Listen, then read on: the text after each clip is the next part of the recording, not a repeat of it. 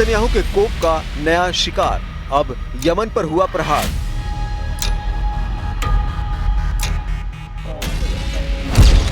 Gaza और Syria के बाद यमन पर बरपा आईडीएफ का कहर। हूती प्रधानमंत्री समेत कई नेताओं के मारे जाने की खबर। एयर स्ट्राइक से हुआ प्रहार, दुश्मन के खेमे में मचा हाहाकार।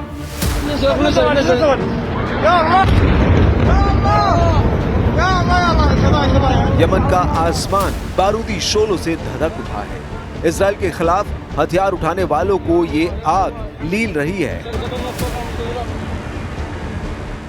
हूतियों के हौसलों को पस्त करने के लिए इजराइल ने राजधानी सना पर बहुत बड़ा हमला किया है। यह हमला इतना बड़ा है कि ईरान समर्थित मिलिशिया में हड़कंप मच गया है, क्योंकि इस हमले के जरिए इजराइल की एयरफोर्स ने यमन में जिन ठिकानों को टारगेट किया, वहां बड़े बड़े नेताओं की मौजूदगी बताई जा रही है।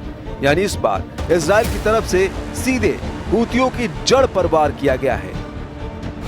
और अब दावा किया जा रहा है कि इस हमले में हूतियों के प्रधानमंत्री अहमद गालिब अल रहवी मारे जा चुके हैं। राजधानी सना में की गई एयर स्ट्राइक में गालिब अल रहवी के अंत की पटकथा लिखी गई। हूती नेताओं को टारगेट करते हुए इस हमले की जानकारी यमन के अखबार यमन अल रद ने दी है। बताया जा रहा है कि यह हमला सना के एक रिहायशी इलाके में मौजूद एक घर में किया गया। इजरायली पोर्टल वाई नेट के हवाले से पता चला है, जिस वक्त यह हमला हुआ उस वक्त हूती प्रधानमंत्री अल रहवी समेत कई बड़े हूती अधिकारी वहां मौजूद थे। इस दौरान इजरायली एयरफोर्स ने बेहद सटीक निशाना साधते हुए इस ऑपरेशन को अंजाम दिया, जिसमें अल रहवी की मौत हो गई। सूत्रों के मुताबिक इस हमले में हूती शासन की कमान संभाल रहे कई और बड़े नेता भी मारे गए हैं। कौन थे अहमद गालिब अल रहवी? हूती सरकार में प्रधानमंत्री का पद संभाल रहे रहवी को ईरान समर्थित विद्रोही शासन का सबसे मजबूत राजनीतिक चेहरा माना जाता था। अंतर्राष्ट्रीय मंचों पर हूती आंदोलन का राजनीतिक पक्ष रखने की जिम्मेदारी उन्हीं पर थी। रहवी को हूती संगठन की आर्थिक और कूटनीतिक नीतियों का मुख्य रणनीतिकार माना जाता था। ईरान से आने वाली मदद, चाहे वो हथियार हो या वित्तीय सहयोग। इसी कारण रहवी की मौत को हूतियों के लिए सबसे बड़ा झटका माना जा रहा है। उनके साथ साथ रक्षा मंत्री और चीफ ऑफ स्टाफ के मारे जाने से हूती शासन की सैन्य और राजनीतिक कमान एक साथ हिल गई है। एक्सपर्ट्स मानते हैं कि हूतियों को अब न केवल नए नेताओं की तलाश करनी पड़ेगी, बल्कि ईरान से आने वाले फंड और हथियारों का जरिया भी प्रभावित हो सकता है। ये पहला मौका है जब इजराइल ने सीधे हूती सरकार की सबसे ऊंची परत को टारगेट पर लिया है।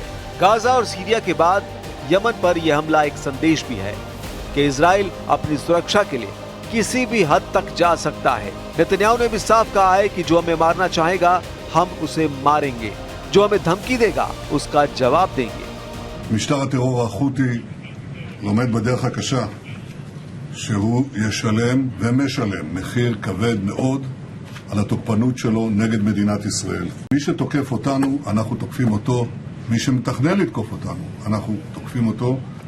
אני חושב שהאזור כולו לומד את עוצמת היד והנחישות של מדינת ישראל. रहवी की मौत के बाद हूती विद्रोहियों के भीतर असमंजस की स्थिति है। सना की सड़कों पर सन्नाटा है और लोगों के बीच दहशत है कि आने वाले दिनों में और भी बड़े हमले हो सकते हैं। हूती प्रवक्ता भले ही इसे शहादत का नाम दे रहे हों, लेकिन असलियत यही है कि संगठन की रीढ़ पर सीधा वार हुआ है। यानी अब तस्वीर साफ है। यमन के आसमान से उठते धुएं ने बता दिया है कि इजराइल अपने दुश्मनों को सिर्फ चेतावनी नहीं देता, बल्कि सीधे कार्रवाई करता है। और इस बार उसकी कार्रवाई ने हूतियों की सत्ता का सबसे बड़ा स्तंभ ढा दिया है। रहवी की मौत के बाद हूती विद्रोही पूरी तरह बौखलाए हुए हैं। सना की मस्जिदों से लेकर बंदरगाहों तक इजराइल के खिलाफ जिहाद की पुकार लगाई जा रही है। हूती प्रवक्ताओं ने साफ ऐलान कर दिया है कि यह लड़ाई अब और तेज होगी और इजराइल को यमन की जमीन से ही नहीं, बल्कि लाल सागर तक जवाब मिलेगा। हूतियों ने दावा किया कि उनके पास अभी भी बैलिस्टिक मिसाइलें, ड्रोन्स और क्रूज मिसाइलों का बड़ा जखीरा मौजूद है। बीते 24 घंटे में इजराइल की ओर से दागी गई कई मिसाइलों को आयरन डोम और एरो डिफेंस सिस्टम ने हवा में ही नष्ट कर दिया। लेकिन हूती इस बात का प्रचार कर रहे हैं कि उन्होंने इजराइल के हालात और अशदोद जैसे बंदरगाहों को निशाना बनाने की कोशिश की। यानी रैवी की मौत के बाद अब हुतियों ने मिसाइल जंग को और तेज कर दिया है। जानकार मानते हैं कि हुती अब सिर्फ यमन तक सीमित नहीं रहेंगे। लाल सागर में चल रहे इंटरनेशनल शिपिंग को टारगेट करना उनका पहला मकसद हो सकता है। पहले भी हुतियों ने कई कार्गो शिप और ऑयल टैंकर पर ड्रोन अटैक किए थे, जिससे पूरी दुनिया की सप्लाई चेन हिल गई थी। इसी खतरे को देखते हुए अमेरिका और ब्रिटेन ने भी लाल सागर क्षेत्र में अपने नेवी जहाजों की मौजूदगी बढ़ा दी है। लेकिन सवाल ये है कि क्या हुती इजराइल के इस ऑपरेशन के बाद अपनी ताकत दिखाने में कामयाब होंगे या उनकी रीढ़ टूट चुकी है। हालांकि सच्चाई यह है कि इजराइल ने प्रिसीजन एयर स्ट्राइक ने हुती नेतृत्व का वो ढांचा हिला दिया है जो सालों से ईरान की मदद से खड़ा किया गया था। अब हुतियों के पास हथियार तो है, लेकिन रणनीतिक दिमाग खो चुका है। रैवी और उनके साथियों की मौत से हुती संगठन का पॉलिटिकल और मिलिट्री बैलेंस बिगड़ गया है। फिर भी इजराइल के लिए चुनौती खत्म नहीं हुई, क्योंकि मिसाइलें और ड्रोन्स अब भी आसमान मंडरा रहे हैं और यमन की पहाड़ियों में छिपे हुए हजारों लड़ाके अब बदले की जंग का झंडा उठा चुके हैं। अंतर्राष्ट्रीय विश्लेषकों के मुताबिक आने वाले हफ्तों में यमन से इजराइल की तरफ मिसाइल और ड्रोन अटैक और बढ़ेंगे। यानी तस्वीर साफ है, रैवी की मौत ने हुतियों को भीतर से तोड़ा है, लेकिन उनका जवाब और भी आक्रामक हो सकता है। इजराइल का कहना है कि वो हर हमले का 10 गुना जवाब देंगे। और इस बीच पूरा पश्चिम एशिया एक नई आग में घिरता नजर आ रहा है। पश्चिम एशिया पर मंडराते नए युद्ध के बादल। रैवी की मौत और सना पर बरपाए गए इजरायली एयर स्ट्राइक के बाद अब पूरा पश्चिम एशिया उथल पुथल में फंसता नजर आ रहा है। यमन, गाजा, सीरिया और लेबनान चारों मोर्चों पर इजराइल के दुश्मन हरकत में आ गए हैं।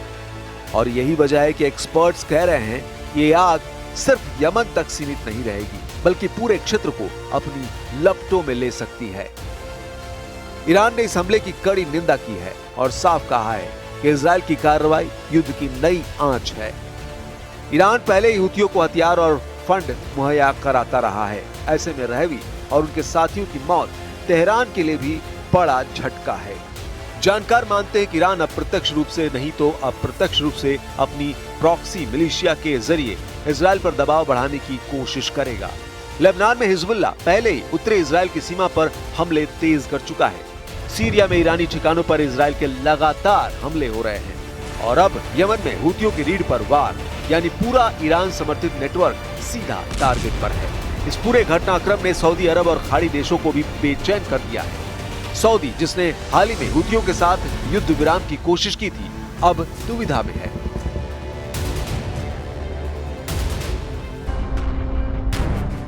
क्योंकि एक तरफ वो ईरान के साथ टकराव से बचना चाहता है, तो वहीं दूसरी तरफ लाल सागर में हुतियों की बढ़ती दहशत उसकी अपनी तेल आपूर्ति और शिपिंग रूट्स के लिए खतरा बन चुकी है। अमेरिका ने इजराइल के ऑपरेशन का बचाव किया है और हुतियों को आतंकी संगठन कहकर चेतावनी दी है। अमेरिकी नौसेना के युद्धपोत पहले से ही लाल सागर और अदन की खाड़ी में गश्त बढ़ा रहे हैं। ब्रिटेन ने भी अपने एयरबेस और ड्रोन स्क्वाड्रन की तैनाती तेज कर दी है। लेकिन संयुक्त राष्ट्र ने चेतावनी दी है कि अगर ये आग और फैलती है तो इसका असर पूरी दुनिया पर पड़ेगा।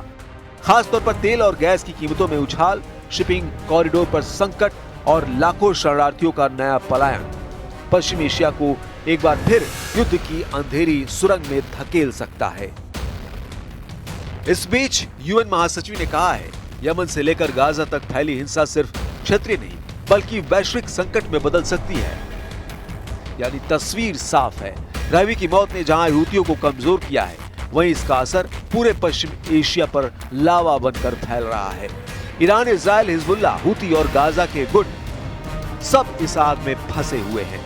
पश्चिम एशिया की जमीन इस वक्त बारूद के ढेर पर है।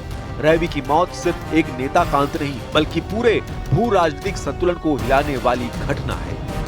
तेहरान से लेकर बेरूत, दमिश्क से सना और गाजा तक हर जगह हथियारों की धमक सुनाई दे रही है। इजराइल का संदेश साफ है, जो हमें चुनौती देगा हम उसे खत्म कर देंगे। लेकिन इसके जवाब में ईरान समर्थित गुट भी चुप नहीं बैठे हैं। सूत्रों के मुताबिक हुती विद्रोही अब सिर्फ मिसाइल ही नहीं बल्कि एंटी शिप ड्रोन्स और वाटर बॉर्न बम बोट्स का इस्तेमाल करने की तैयारी कर रहे हैं। लाल सागर की इंटरनेशनल शिपिंग लाइन पर बीते हफ्तों में ही 2 कार्गो शिप्स को नजदीकी हमलों का सामना करना पड़ा। विशेषज्ञों का कहना है कि अगर ये सिलसिला बढ़ा तो तेल टैंकर और मालवाहक जहाज वैश्विक बाजार तक नहीं पहुंच पाएंगे। इसका असर सीधे भारत, चीन और यूरोप की सप्लाई चेन पर पड़ेगा। यही नहीं, अमेरिकी खुफिया एजेंसियों को इनपुट मिले हैं कि हूतियों को ईरान से नए बैलिस्टिक मिसाइल किट्स और लॉन्ग रेंज ड्रोन टेक्नोलॉजी मिली है। यानी आने वाले दिनों में इजराइल के शहर इलात, अशदोद और यहां तक कि तेल अवीव तक भी खतरे में पड़ सकते हैं। संयुक्त राष्ट्र ने चिताया है कि अगर यमन से मिसाइलों की बरसात और गाजा लेबनान से हमले एक साथ बढ़े तो पूरा क्षेत्र मिनी वर्ल्ड वॉर की शक्ल ले सकता है। फिलहाल तस्वीर यही है, गोला बारूद की गूंज, मिसाइलों की गर्जना और बारूदी आग ने पश्चिमी एशिया को एक और बड़े युद्ध के मुहाने पर ला खड़ा किया है। रैवी की मौत के साथ ही आग भड़क चुकी है और अब सवाल यही है, क्या ये आग यमन तक सिमटेगी या पूरी दुनिया को अपनी चपेट में ले लेगी?